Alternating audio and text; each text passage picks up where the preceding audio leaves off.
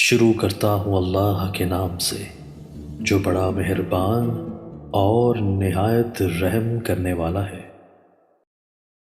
حضرت انس رضی اللہ تعالیٰ عنہ نے بیان کیا کہ حضرت عبداللہ بن سلام رضی اللہ تعالیٰ عنہ کو جب رسول اللہ صلی اللہ علیہ وآلہ وسلم کے مدینہ تشریف لانے کی خبر ملی تو وہ آپ کی خدمت میں آئے اور کہا کہ میں آپ سے 3 چیزوں کے بارے میں پوچھوں گا جنہیں نبی کے سوا اور کوئی نہیں جانتا۔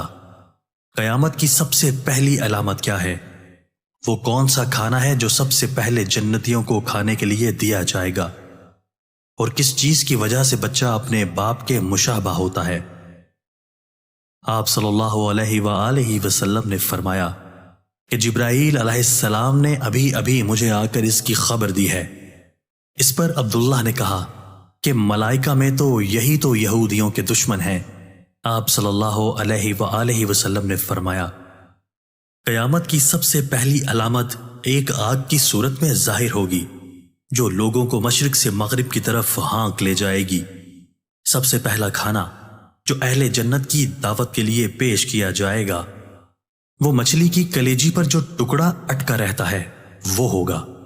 اور بچے کی مشاہبت کا جہاں تک تعلق ہے تو مرد جب عورت کے قریب جاتا ہے اس وقت اگر مرد کی منی پہل کر جاتی ہے تو بچہ اسی کی شکل و صورت پر ہوتا ہے، اگر عورت کی منی پہل کر جاتی ہے تو پھر بچہ عورت کی شکل و صورت پر ہوتا ہے۔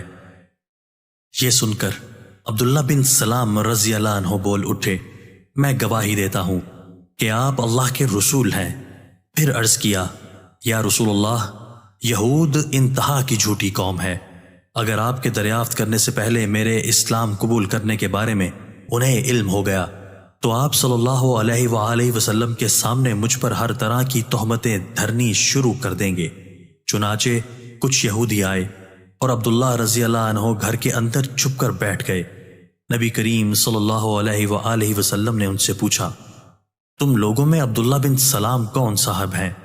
سارے یہودی کہنے لگے، وہ ہم میں سے سب سے بڑے عالم اور سب سے بڑے عالم کے صاحبزادے ہیں، ہم میں سے سب سے زیادہ بہتر اور ہم میں سے سب سے بہتر کے صاحبزادے ہیں۔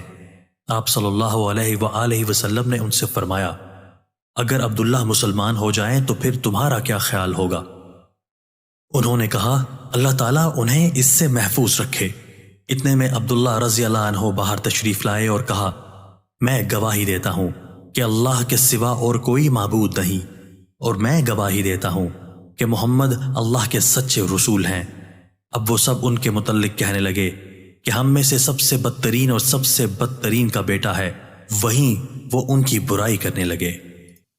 دوستو، اللہ تعالی ہمیں ان احادیث مبارکہ پر عمل کرنے اور اپنی زندگیوں کو سنوارنے کی توفیق عطا فرمائے۔